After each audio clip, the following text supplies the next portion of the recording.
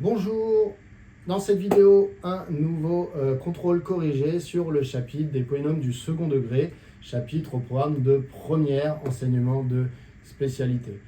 Dans ce chapitre, il faut vraiment bien maîtriser les différentes formes possibles pour les polynômes du second degré, la forme développée, factorisée, canonique, savoir pour chacune de ces formes à quoi elles servent, quels sont leurs avantages. Et donc c'est tout ça qu'on revoit dans ce contrôle. On y va. Alors, premier exercice, les courbes tracées ci-dessous correspondent à des fonctions polynomiales de degré 2. On utilisera les notations du cours concernant ABC, delta, alpha, bêta, x1, x2. Citez pour chacune des questions là où les courbes pouvant convenir aux conditions proposées pour les polynômes P de x évoqués. Voilà, vous avez des courbes, vous allez avoir des conditions. Pour chaque question, il va falloir dire quelles sont les courbes qui pourraient convenir. Première question, pour tout réel x, P de x est égal à a facteur de x moins 1, facteur de x plus 3. Alors, cette écriture, c'est la forme factorisée du polynôme, puisqu'on voit ici des multiplications. Et donc, ça nous fait penser à notre cours qui nous dit que la forme factorisée, c'est sous la forme a fois x moins x1 fois x moins x2, avec x1 et x2 qui sont les racines du polynôme. Alors, les racines, ça se traduit comment sur un graphique ? C'est les abscisses où la courbe va couper l'axe des abscisses. Donc en fait ici, je vois qu'il y a x1 qui visiblement vaut 1 et qu'il y a x2 qui visiblement vaut, alors attention, pas 3, puisque vous voyez ici c'est un moins, là c'est un plus. Donc ça veut dire qu'en fait, cette parenthèse-là, c'est x moins 3.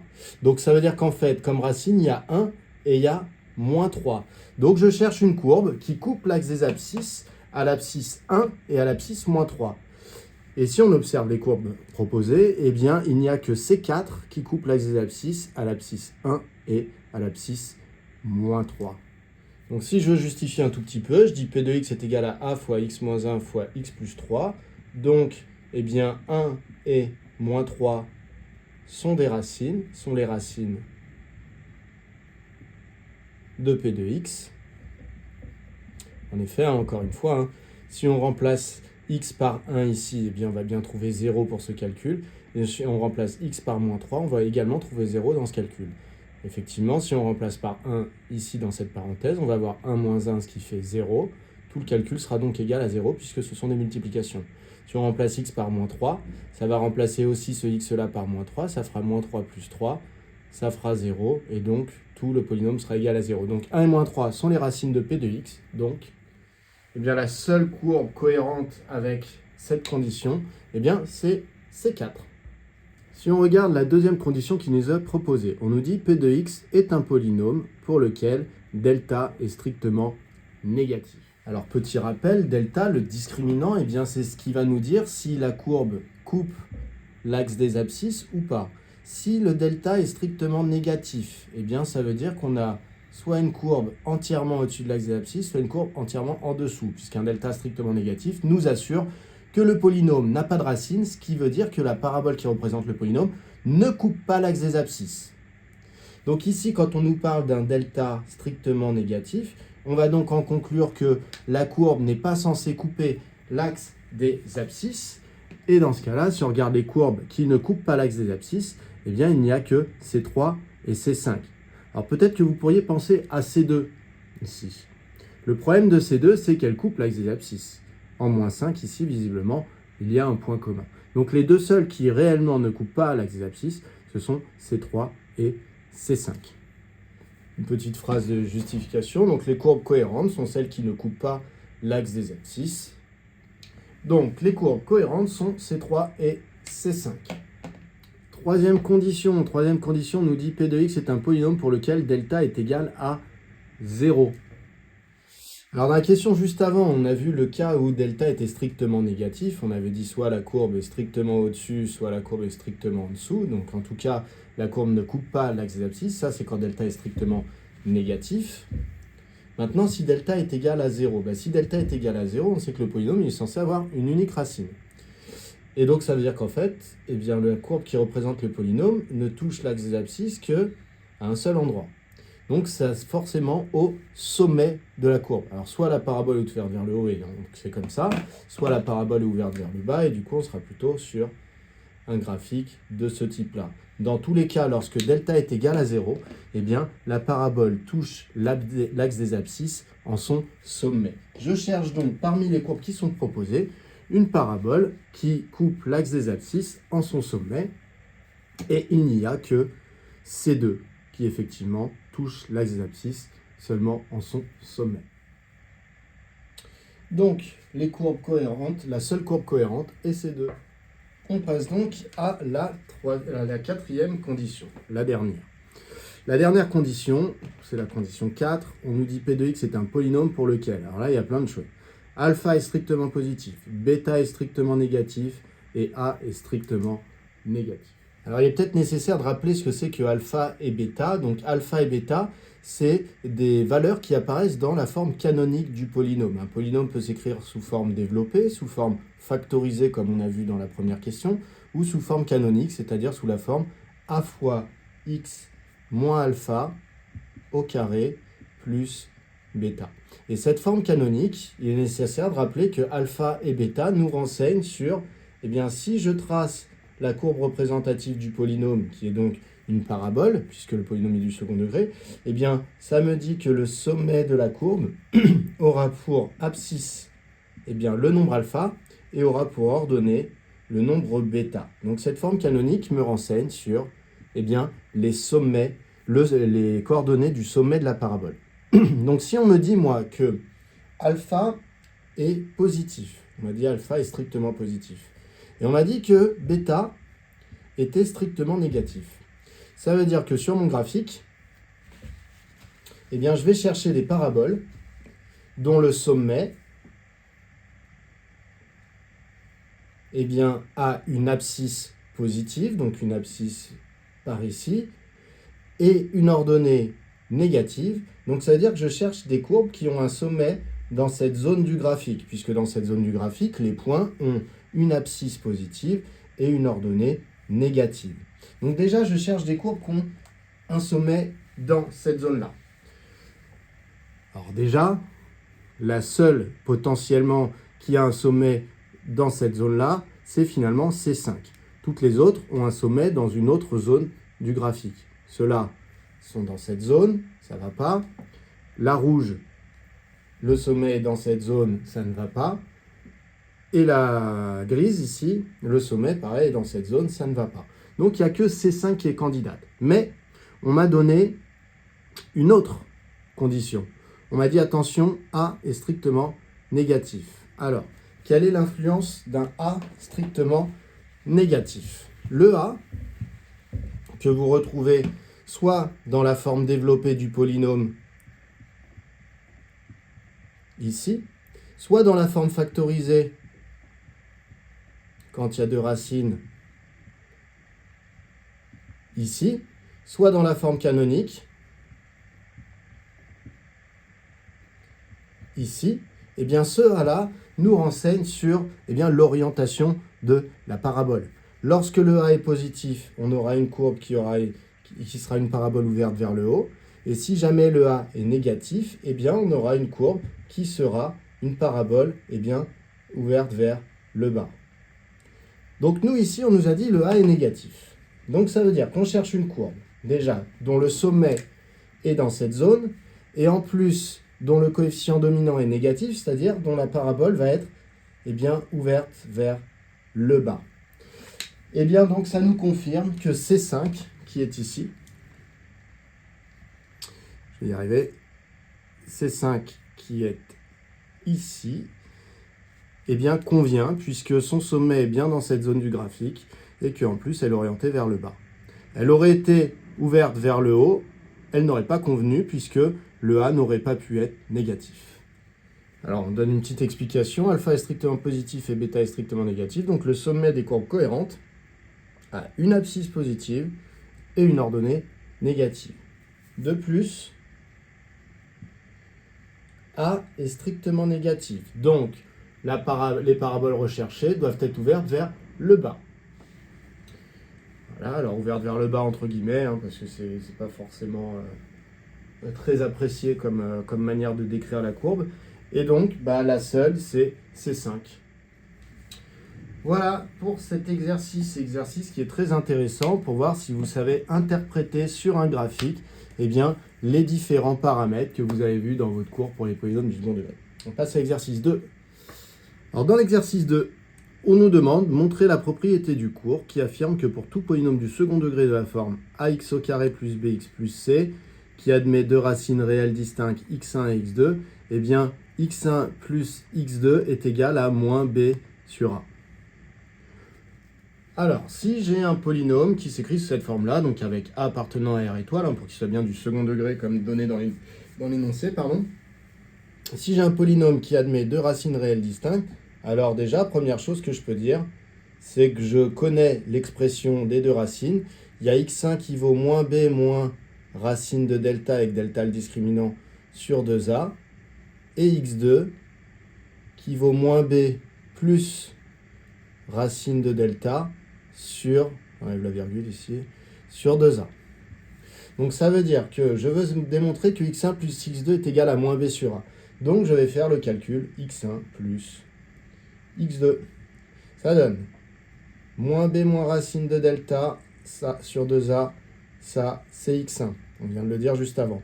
Plus moins b plus racine de delta sur 2a, c'est ce qu'on vient de dire ici. Et donc finalement, ces deux fractions sont au même dénominateur, donc je peux les mettre sur un seul et même trait de fraction. J'obtiens au numérateur moins b moins racine de delta, plus, eh bien à nouveau moins b, donc finalement je peux mettre moins b, plus racine carrée de delta. Ici je m'aperçois que j'ai moins racine de delta plus racine de delta, ça s'annule. Et je me retrouve donc avec moins b, donc moins 2b, sur 2a. Ici, le 2 multiplie tout le numérateur, et ici, le 2 multiplie tout le dénominateur. Je peux donc simplifier par 2. Et ça me donne moins b sur a. Voilà pour cette question. Deuxième question, rappelez sans le démontrer le résultat concernant x1 fois x2. Alors, je ne vais pas le redémontrer, mais on pourrait faire un petit peu à la manière de ce qu'il y a au-dessus, x1 fois x2, alors n'hésitez pas à aller voir dans le cours, il y a la démonstration qui est faite de la même manière, sauf qu'ici, au lieu d'avoir un plus, on met un multiplié, et donc forcément ça change un tout petit peu le calcul, allez la voir, elle est un tout petit peu plus complexe.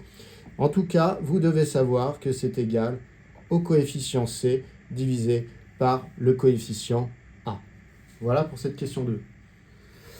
Ça nous amène à la question 3. On nous dit dans cette question, considère P une fonction polynomiale définie pour tout réel x par P de x est égal à moins 2x au carré plus bx moins 512 avec b qu'on ne connaît pas mais qui est un nombre réel. On sait que P de x a exactement deux racines réelles et qu'une de ces deux racines est 32. Déterminer la deuxième racine de P de x. Donc on a P de x qui s'écrit comme ça avec b qu'on ne connaît pas. On sait en revanche que P de x a deux racines. Alors ça nous fait penser tout de suite à ce qu'on a évoqué dans les questions 1 et 2. Dans la question 1, on a dit la somme des deux racines quand le polynôme a deux racines est égal à moins b sur a. Et on a dit que le produit des deux racines était égal à c sur a. Ça c'est ce qu'on a rappelé dans la deuxième question. Tout ça, c'est des formules de cours qu'il faut connaître. Alors, on sait qu'une des racines, on nous a dit, est 32. Donc par exemple, on sait que x1 vaut 32. Donc en fait, on sait que 32 plus x2, ça fait moins b sur a, et on sait que 32 fois x2, ça fait c sur, j'ai mis sur 2, mais c'est sur a, eh bien c'est égal à c sur a. Alors ici, il se trouve que, eh bien a, on le connaît, c'est moins 2, donc éventuellement ici, on pourrait remplacer par moins 2, ici aussi. Donc finalement, les formules du cours nous disent ça.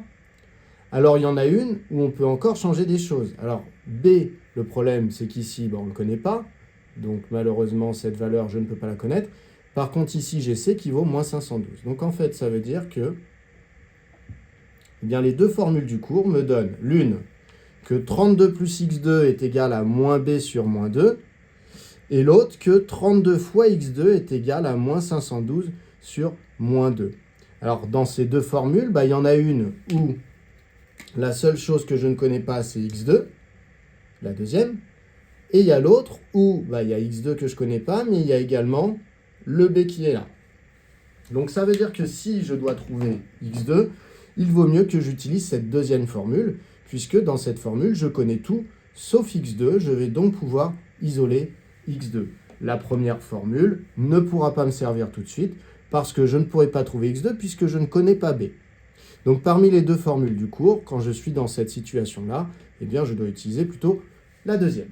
Alors je vais dire soit x1, x2, les racines de p de x, au cas où le correcteur me dise que c'est pas évident que les racines du polynôme s'appellent x1, x2, donc je leur donne un nom, soit x1, x2, les racines de p de x, eh bien on sait que x1 fois x2 est égal à c sur a. Donc x1 fois x2 est égal à c sur a, ce qui est équivalent à dire, et donc je vais remplacer, eh bien x1 on a dit que c'était 32, donc 32 fois x2 était égal à c, donc moins 512, sur a, donc moins 2.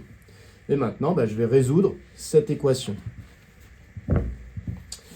Ça nous donne, donc je peux commencer peut-être par faire les calculs qui sont là-bas, donc 32x2 est égal à, donc moins sur moins, ça va donner du plus, et après on a 512 divisé par 2, donc ça doit faire du 256.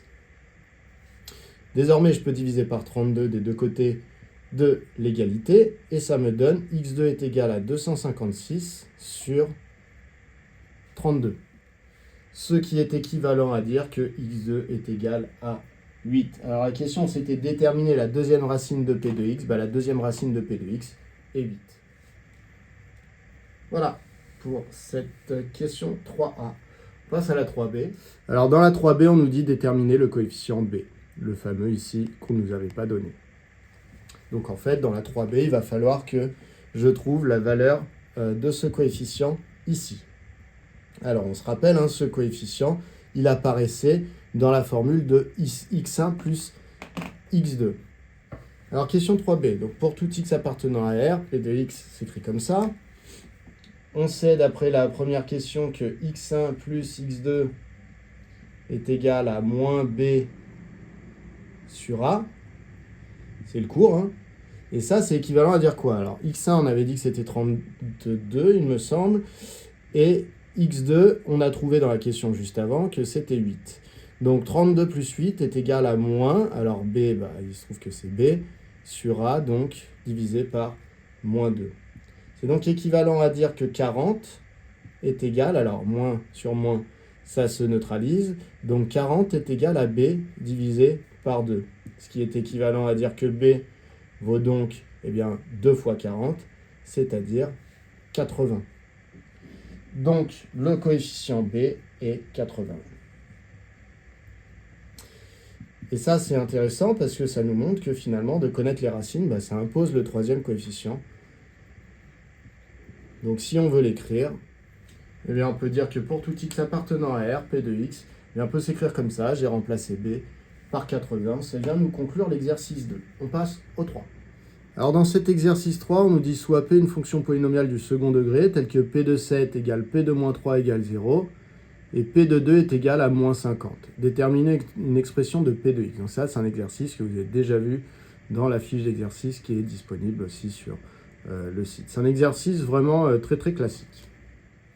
Donc le but de cet exercice, c'est à partir de conditions de savoir retrouver l'expression d'un polynôme. Alors ça fait intervenir les trois formes que vous avez dans votre cours et on essaie de savoir si vous maîtrisez l'intérêt de chacune des formes. Alors les trois formes, je le répète, il y a la forme développée, ax au carré plus bx plus c. Vous avez la forme factorisée a fois x moins x1 fois x moins x2, ça fait déjà plusieurs fois qu'on la voit dans ce contrôle. Forme factorisée, quand il y a deux racines, x1 x2. Et vous avez la forme canonique, a fois x moins alpha au carré plus bêta, où alpha et bêta représentent les coordonnées du sommet de la parabole. Donc voilà. Ces trois formes, faut comprendre leur intérêt. C'est-à-dire que quand on cherche l'expression d'un polynôme, les conditions qu'on va vous donner va vous renseigner va privilégier l'une des trois formes qui est ici. Alors ici, quand on vous dit p de 7 vaut 0 et p de moins 3 vaut 0, on est en train de vous renseigner sur le fait que 7 et moins 3 sont les racines du polynôme. Donc ça veut dire que, déjà, eh bien, il faut utiliser la forme la plus adéquate, c'est-à-dire celle qui exhibe les racines du polynôme. Parmi ces trois formes, celle qui exhibe les racines du polynôme, eh bien, c'est celle-là, qui exhibe x1 et x2. Donc ça veut dire que si je veux retrouver l'expression du polynôme, bah, j'ai plutôt intérêt à dire que le polynôme, déjà, doit s'écrire sous cette forme-là. Pourquoi? Bah, parce qu'à chaque fois, regardez bien sur ces trois formes, il y a trois choses à découvrir pour trouver le polynôme. Dans la forme développée, il faut découvrir A, B et C. Ça fait trois choses. Dans la forme factorisée, il faut découvrir A, x1, x2. Ça fait trois choses. Dans la forme canonique, il faut découvrir A, alpha, bêta. Ça fait trois choses. Donc en fait, en fonction de ce qu'on me donne, je vais choisir la forme qui me permet de trouver le plus rapidement ces trois choses. Si on me montre des racines, eh bien, il faut que j'utilise la forme factorisée parce que ça me donne déjà ce qui va ici et ce qui va là. Si on m'avait donné les coordonnées du sommet de la parabole, je serais plutôt parti sur la forme canonique parce que ça m'aurait déjà donné alpha et bêta. Voilà. Donc il faut comprendre l'intérêt de ces trois formes, c'est primordial dans ce chapitre. Je vais y arriver.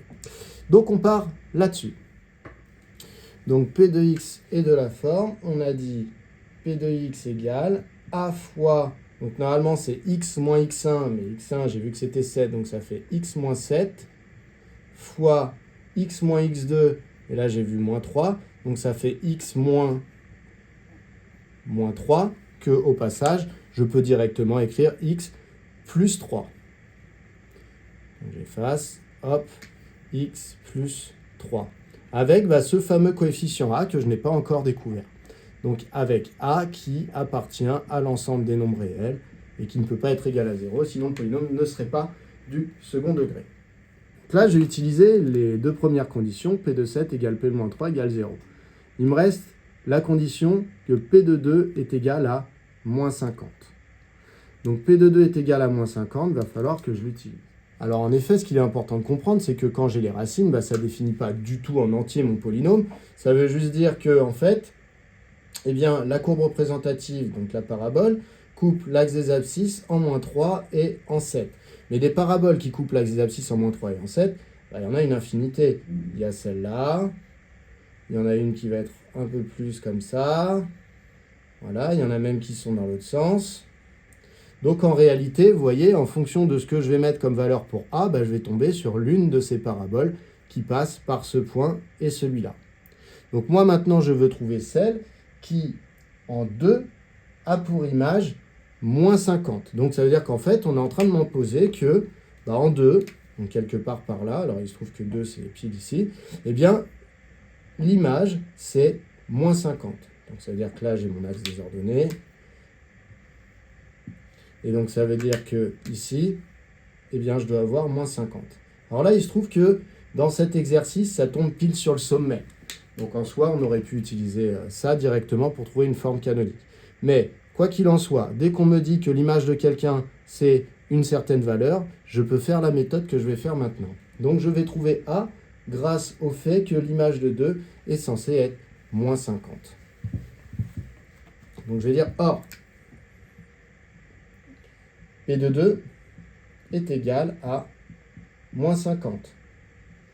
Et dire que P de 2 c'est égal à moins 50, eh bien c'est équivalent à dire que si je remplace x par 2, je suis censé trouver moins 50. Donc si je remplace x par 2 ici et là, ça me donne a facteur de 2 moins 7 facteur de 2 plus 3 est égal à moins 50. Ce qui est équivalent à dire que a fois, alors 2 moins 7, ça fait moins 5, et 2 plus 3, ça fait 5. Ce qui donne, alors, moins 5 fois 5, ça fait moins 25, donc moins 25 fois a est égal à moins 50, ce qui est équivalent à dire que a vaut moins 50 divisé par moins 25, ce qui vaut 2. Donc ça veut dire que finalement, pour tout x appartenant à R, eh bien P de x est égal à, je remplace a par 2, donc 2 fois x moins 7 fois x plus 3. Et là, j'ai donc trouvé le polynôme qui vérifie les deux conditions qui sont celles-là et celle-là. Voilà. Alors, si après vous avez envie, ça c'est la forme factorisée. Si vous avez envie de la développer pour avoir la forme du type ax au carré plus bx plus c, vous pouvez tout à fait.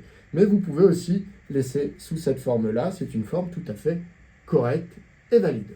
Ça nous amène à l'exercice 4. Alors, dans l'exercice 4, on étudie la température du bitume d'une route en fonction de l'heure de la journée, en la comparant à la température extérieure. On considère que l'unique cause du réchauffement du bitume est la température extérieure. La température extérieure en fonction de l'heure de la journée est modélisée par une fonction polynomiale du second degré, f, donc ici, qui est représentée là. On n'est pas trop étonné de voir une parabole, puisque c'est une fonction polynomiale du second degré. Et l'expression, c'est pour tout réel x, eh bien, c'est ça. La température de la route, en fonction de l'heure de la journée, modélisée par une fonction affine, g, définie pour tout réel x par, voilà. Comme on m'a dit fonction affine, je ne suis pas étonné de voir une droite tracée sur le graphique. Première question, résoudre dans R l'inéquation qui est inscrite ici. Donc question pour l'instant qui n'a pas grand chose à voir avec l'exercice, c'est du calcul brut, une résolution d'inéquation. Alors première chose à faire quand on a une inéquation de ce type-là devant nous. Déjà, il faut essayer de repérer si c'est une inéquation du premier degré, du deuxième degré, du troisième degré, et ainsi de suite. Ici, on s'aperçoit qu'on a des x au carré, des x, des constantes, et là, on a des x et des constantes. Donc en fait, globalement, le maximum du degré, eh bien, c'est 2. Donc on a des x au carré, on se rend compte finalement qu'on a une inéquation du second degré. Alors, ce qu'on ne sait pas faire, c'est dire quand est-ce qu'un polynôme du second degré est inférieur à une fonction affine. Ça, on ne sait pas faire. Ce qu'on a appris dans le cours, c'est savoir quand est-ce qu'un polynôme du second degré est négatif ou est positif. Voilà la seule chose qu'on sait faire. Donc dès qu'ici on a une inéquation qui est un petit peu différente, on va essayer de se ramener au problème d'un polynôme du second degré qui serait soit positif, soit négatif. Et là, on s'aperçoit qu'en transposant toute cette fonction affine ici, toute cette expression affine dans le membre de gauche, eh bien, on obtiendrait 0 dans le membre de droite, et dans le membre de gauche, on obtiendrait un polynôme du second degré. Donc on se dit, ah, bah donc on retomberait dans le cadre du cours, qui est de savoir dire quand est-ce qu'un polynôme du second degré est négatif. Donc on commence par faire ça. On va commencer par modifier l'écriture de cette inéquation en transposant 0,6x et 15,2. Ça nous donne.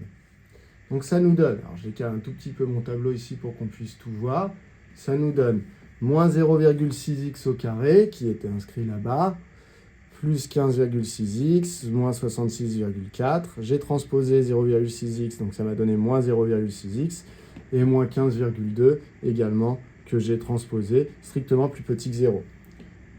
Alors, c'est équivalent à, donc là, je vais réduire un petit peu cette expression-là. Donc, les x au carré, j'en ai que ici devant. Donc, ça fait moins 0,6x au carré. Les x, là, j'ai 15,6x et là, j'en retire 0,6. Donc, finalement, j'en ai 15. Donc, 15x. Et ici, j'ai moins 66,4 et ici, j'ai moins 15,2, ce qui me donne moins 81,6, strictement plus petit que 0. Alors, je redécale mon tableau. Voilà. Hop. Donc, en fait, je cherche à résoudre cette inéquation, qui est bien une inéquation avec un polynôme du second degré plus petit que 0. Donc, ça, je sais faire dans le cours. J'ai appris à déterminer quand est-ce qu'un polynôme du second degré était plus petit que 0. Comment ? Eh bien, si on voit ça d'un point de vue graphique, ça revient à chercher quand est-ce que la parabole qui représente ce polynôme du second degré est sous l'axe des abscisses. Cette parabole, j'observe un A qui est négatif, donc c'est une parabole qui va être ouverte vers le bas. Imaginons que le polynôme est de racines, je serai dans ce cas de graphique. Et donc, je saurais que ce polynôme du second degré était négatif, là où la parabole était en dessous de l'axe. Donc, mon but, ça va être de déterminer déjà les racines du polynôme qui s'inscrit ici, pour savoir où est-ce que la parabole coupe l'axe des abscisses. Et ensuite, avec l'orientation de la parabole, c'est-à-dire le signe ici du coefficient dominant, eh bien, je saurais dire quand est-ce que la parabole était sous l'axe des abscisses, c'est-à-dire quand est-ce que le polynôme du second degré ici donne des résultats négatifs. Donc, dans un premier temps, je me moque du fait qu'on me demande quand est-ce que c'est négatif. On m'aurait demandé quand est-ce que c'était positif. Je démarrerai exactement de la même manière. Ça, c'est important à comprendre. C'est-à-dire qu'en fait, je vais étudier le polynôme du second degré qui est ici, un petit peu indépendamment de l'inéquation. Donc voilà, je commence par dire que j'ai un polynôme du second degré face à moi, histoire de prévenir le professeur que je vais rentrer dans le cadre du cours du chapitre, donc des polynômes du second degré, avec A qui vaut moins 0,6, B qui vaut 15 et C qui vaut moins 81,6. Alors je sais que le nerf de la guerre, c'est le discriminant. C'est lui qui va me dire s'il y a des racines ou pas au polynôme. Le discriminant, il est égal à B au carré moins 4AC, ce qui vaut donc 15 au carré moins 4 fois moins 0,6 fois moins 81,6. Alors là, il est hors de question de faire sans calculatrice. Vous utilisez votre calculatrice et vous trouvez 29,16. Vous avez donc un discriminant qui est positif. Et donc, si le discriminant est positif, ça signifie que le polynôme du second degré que vous êtes en train d'étudier a exactement 2 racines réelles. Donc, delta est positif et le polynôme a exactement 2 racines réelles. Alors, on va les calculer. La première racine, donc c'est x1 qui vaut moins b moins racine de delta sur 2a. Donc, ça donne quoi? Moins b, ça fait moins 15. Moins racine de delta, donc ça fait moins racine de 29,16 sur 2a, donc sur 2 fois moins 0,6. Alors ça, on peut le taper à la calculatrice, et on trouve, et bien ça tombe bien, c'est-à-dire qu'on tombe sur 17. Donc on a x1 qui vaut ça, et on a x2, qu'on va mettre à côté ici, x2, qui vaut moins b plus racine de delta sur 2a, ce qui va donc donner moins 15 plus racine carrée de 29,16 sur 2a, donc sur 2 fois moins 0,6. Et ça, si vous le tapez sur votre calculatrice, vous allez trouver 8. Voilà. Donc finalement, on a 2 racines à ce polynôme, 17 et 8. Alors je vais devoir effacer au-dessus, parce que j'ai plus de place, pour continuer mon raisonnement. Mon raisonnement n'est pas terminé. J'ai juste trouvé que le polynôme avait 2 racines, ce qui signifie que j'ai juste trouvé pour l'instant que la parabole qui représente le polynôme coupe l'axe des abscisses en 2 endroits. Je ne sais toujours pas quand est-ce que la parabole est au-dessus de l'axe des abscisses et quand est-ce que la parabole est en dessous. Donc je ne sais toujours pas quand est-ce que le polynôme est positif et quand est-ce que le polynôme est négatif. Donc ça, j'ai encore une petite discussion là-dessus.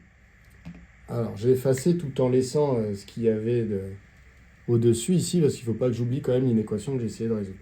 Donc ici, 2 racines réelles, 17 et 8. Or, ce qui va me dire quand est-ce que la parabole est au-dessus de l'axe ou en dessous de l'axe, c'est le coefficient dominant. Donc je vais dire, or, A, il se trouve qu'il est négatif. Donc finalement, je peux faire un tableau de signes du polynôme du second degré. Donc ça, très très important, savoir faire un tableau de signes.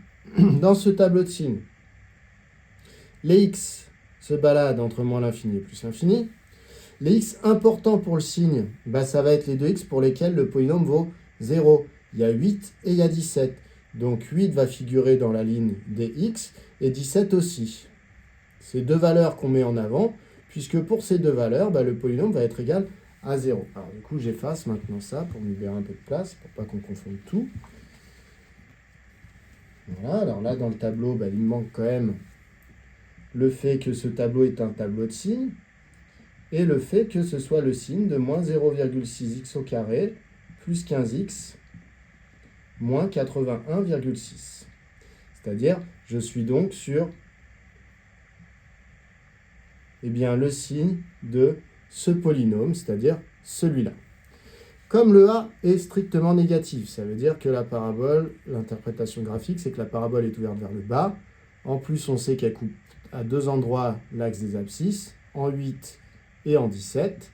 Et donc, pour le signe, on voit bien que la parabole est sous l'axe des abscisses avant 8 et après 17, ce qui signifie que les résultats des calculs pour le polynôme, si je mets un x plus petit que 8 ou un x plus grand que 17, le résultat sera négatif. Et ici, on voit qu'entre 8 et 17, le résultat serait positif. Donc finalement, vous voyez, là, j'ai fini l'étude du signe du polynôme. Et maintenant, je vais revenir à l'inéquation. C'est-à-dire qu'en fait, je vais regarder qu'est-ce qu'on me demandait. Et on me demandait quand est-ce que ce polynôme était strictement négatif. Donc je vais dire que l'ensemble de solutions, c'était moins l'infini 8, union 17 plus l'infini. Donc l'inéquation a pour ensemble de solutions moins l'infini, 8. 8 exclu, puisque regardez, je ne voulais pas que le polynôme soit égal à 0. En 8, il vaut 0, donc j'exclus 8. Union 17 plus l'infini. Donc ici, 17 plus l'infini, j'exclus 17, puisqu'en 17, ça ferait pile 0. Voilà pour cette question, un petit peu longue, mais extrêmement classique. C'est vraiment une des questions de base de ce chapitre, savoir résoudre une inéquation du second degré. Ça, on passe à la question B. Déterminer le sens de variation de la fonction g. Expliquer pourquoi cette modélisation n'a de sens qu'entre 8h et 17h. Alors, si on regarde la fonction g, ou plutôt son expression, pour tout x appartenant à R, g de x est égal à ça. Donc g, c'est une fonction qui est affine.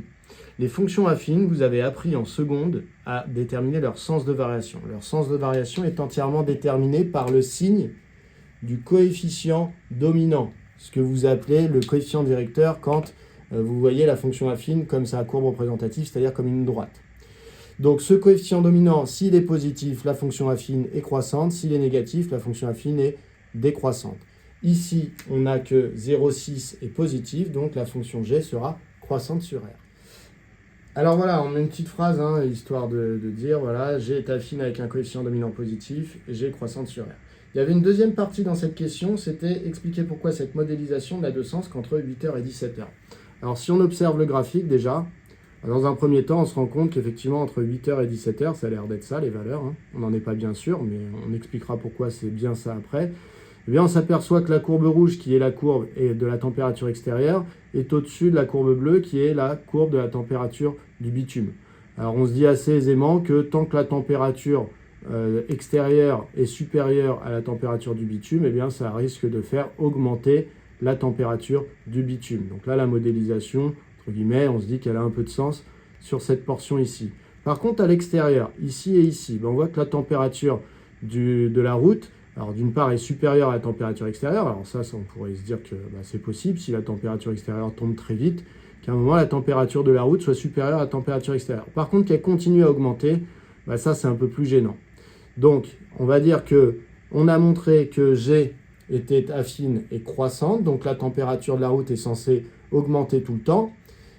Et on va dire que, en fait, en dehors de l'intervalle de temps 8h-17h, eh bien, d'après la question précédente, la température extérieure est censée être inférieure à la température de la route. Donc, il y a peu de chances que la température de la route continue à augmenter. Alors maintenant, comment est-on sûr que c'est bien entre 8h et 17h? Parce qu'en fait, dans la question 1A, on a résolu l'inéquation. Ici, on s'aperçoit que c'est f de x. Et là, on s'aperçoit que c'est g de x. Donc, on s'est demandé quand est-ce que f de x était inférieur à g de x. Donc, on s'est demandé quand est-ce que la courbe rouge était en dessous de la courbe bleue. Et on s'est rendu compte que c'était avant 8h et après 17h. Donc, il faut dire quelque chose. Donc, on va dire un truc un peu formulé comme ça. En dehors de l'intervalle 8h-17h, d'après la question 1, la température extérieure est inférieure à celle de la route.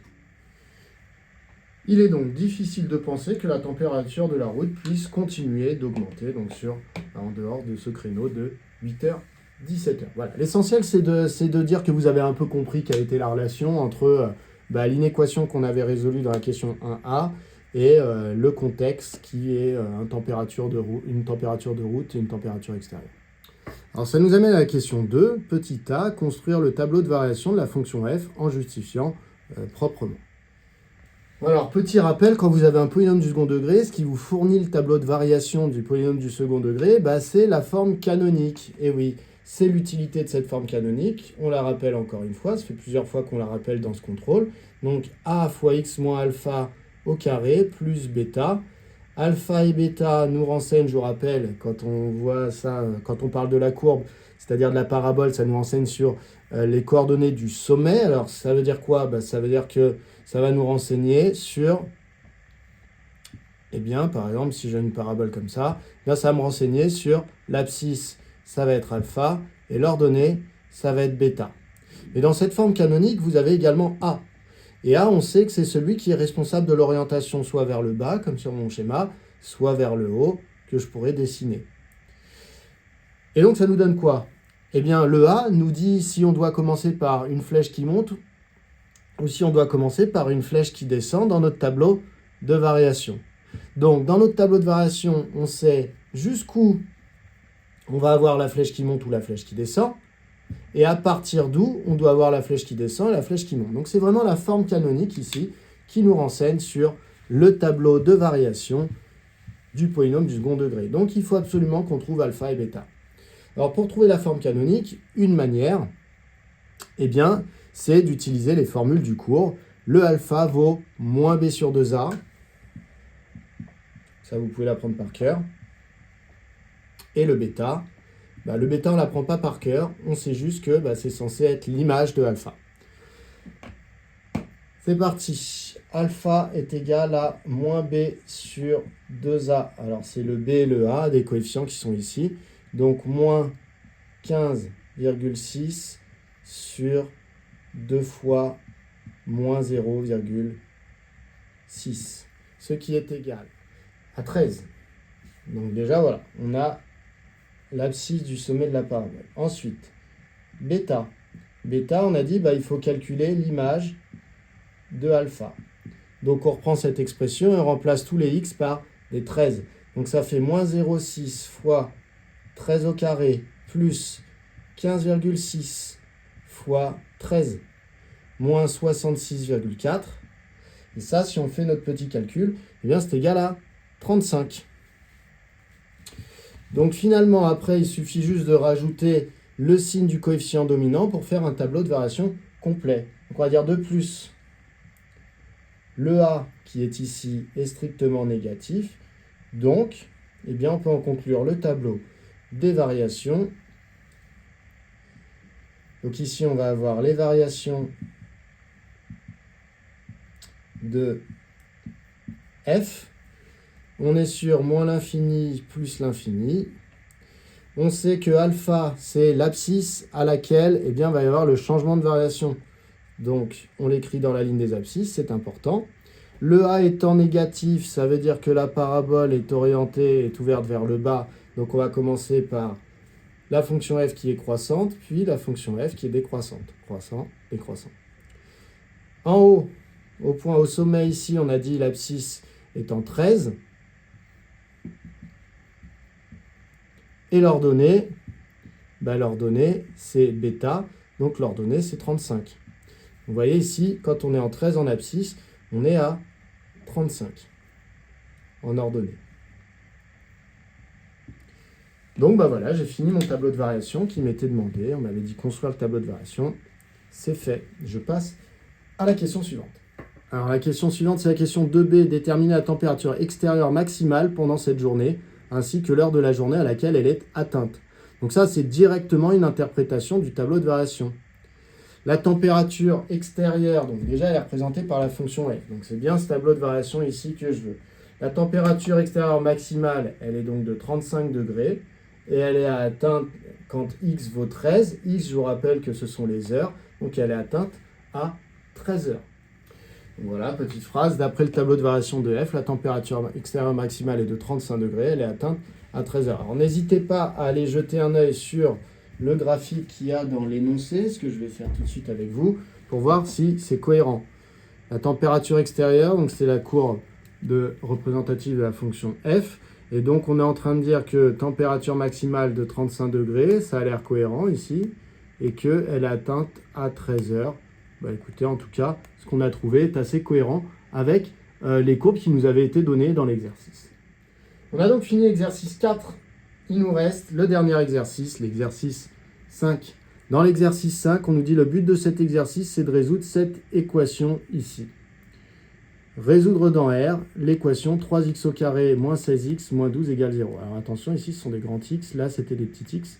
Alors là, on se rendait compte que l'équation qui était ici, c'était une équation de degré 4, ce qu'on ne sait pas faire. Donc l'exercice va nous guider pour pouvoir résoudre cette équation de degré 4 qui ne fait absolument pas partie du cours de ce chapitre. Donc dans un premier temps, il faut résoudre cette équation-là qui, elle, par contre, est du second degré, donc qui fait tout à fait partie du chapitre. Donc je cherche à résoudre dans R cette équation qui est bien une équation du second degré, qui est donc dans le cadre du cours.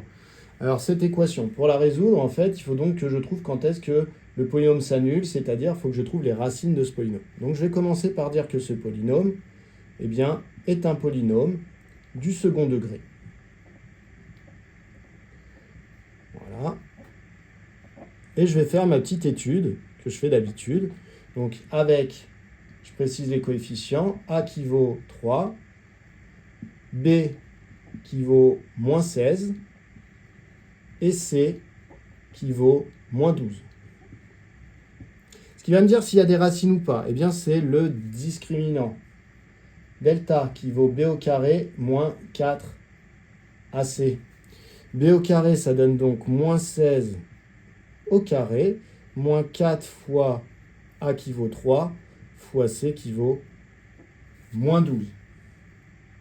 Donc si vous faites ce calcul, vous allez trouver 400. Donc, on obtient un discriminant qui est strictement positif, et du coup, ça veut dire que le polynôme, donc 3x au carré moins 16x moins 12, a exactement deux racines réelles, qu'on va calculer tout de suite. On a l'habitude. x1 qui vaut moins b moins racine de delta sur 2a, ce qui va donner moins b, donc ça nous dit moins 16, moins racine de 400 sur 2 fois a valait 3. Et donc ça, si on fait notre calcul, on va trouver moins 2 tiers. Donc ça, c'est x1. Ensuite, on peut calculer x2. Donc x2, c'est moins b plus racine de delta sur 2a, ce qui va donner moins 16 plus racine de 400 sur 2 fois 3. Et ça, si on fait le calcul, on trouve 6. Donc finalement, on a trouvé que l'équation, donc 3 grand x au carré moins 16 grand x moins 12 égale 0. Donc ça, c'est l'équation, ce n'est pas le polynôme. Le polynôme, c'est 100 égale 0. Donc si ici, je parle de l'équation pour ma conclusion, je vais parler des solutions et non pas des racines.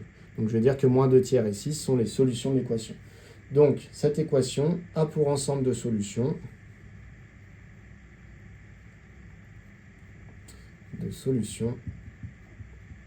Donc, comme je parle d'un ensemble, je vais utiliser une notation d'ensemble avec les accolades. Dedans, je mets moins 2 tiers et je mets 6. Je ferme les accolades pour clôturer cette notation d'ensemble de nombres. Et on arrive à la toute dernière question, en déduire les solutions de l'équation E, donc celle qui est marquée là-haut. Alors, cette équation, elle est inscrite ici. Premier problème qu'on observe, c'est une équation de degré 4. Et ça, on ne sait pas faire, c'est pas dans le cadre du cours, mais on sait faire degré 2. Mais on a déjà vu un petit peu ce type d'exercice, ou si on ne l'a jamais vu, eh bien on raisonne de la manière suivante. Donc déjà, on se dit, on va commencer par transposer tout dans un même membre, histoire d'y voir un petit peu plus clair. C'est toujours plus facile, généralement, c'est plus facile quand on a, 0 dans l'un des membres. Puisque maintenant, la question, c'est plus quand est-ce que 3x puissance 4 vaut 16x au carré plus 12, mais c'est quand est-ce que ce polynôme de degré 4 est égal à 0. Et généralement, on préfère une équation où on a égal 0.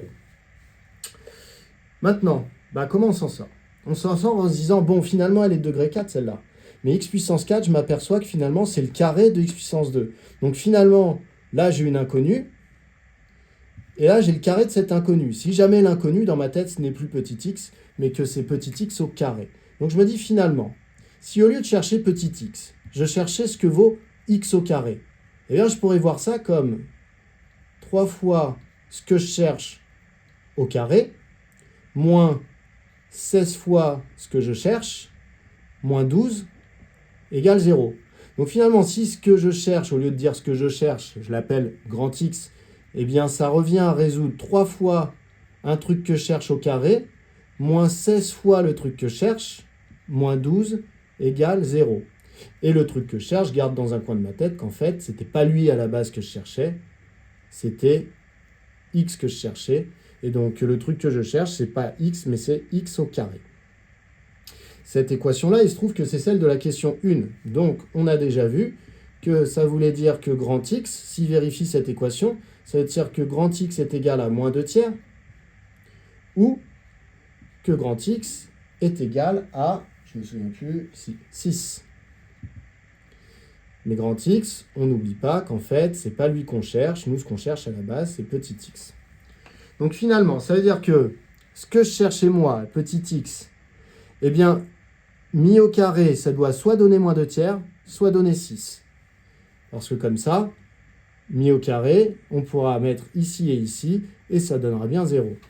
Donc finalement, ça revient à dire que petit x au carré est égal à moins 2 tiers, ou que petit x au carré est égal à 6. Or, x, nous, on cherche à résoudre l'équation dans l'ensemble des nombres réels. Donc on sait qu'un carré ne peut pas être négatif. Donc ici, on va dire que ça, c'est impossible. Donc finalement, il faut l'oublier, ce moins 2 tiers. Et donc ça revient juste à dire que x au carré est égal à 6. Et donc x au carré est égal à 6. Eh bien, il y a deux solutions à cette équation. Soit x valait la racine carrée de 6. Du coup, en mettant au carré, ça donnait 6. Soit x valait l'opposé de la racine carrée de 6. Parce que vous savez qu'un nombre négatif, quand on met au carré, son signe moins disparaît. Donc finalement, ici, ça nous donnerait le carré de racine de 6. Donc finalement, cette équation qui est là et qui est du 4e degré a exactement deux solutions qui sont racine de 6 et moins racine de 6. Ce qu'on a fait là, ça s'appelle un changement de variable. C'est-à-dire que la variable, c'était petit x. Et bien moi, j'ai imaginé une nouvelle variable qui valait grand X. Pourquoi? Parce que ça m'aidait. Ça me permettait de faire une étape dans ma tête avant de raisonner réellement sur petit x. Voilà, on a terminé. J'espère que vous avez bien compris. Il y a plein d'autres contrôles, je crois que c'est déjà le 6 ou le 7e qui est disponible sur la chaîne. Je vous rappelle que les sujets sont sur monbackenmaths.fr et je vous le mets aussi en lien dans la description de la vidéo. Entraînez-vous, faites-en beaucoup. Ce sera un très bon investissement, notamment pour la classe de terminale. À bientôt.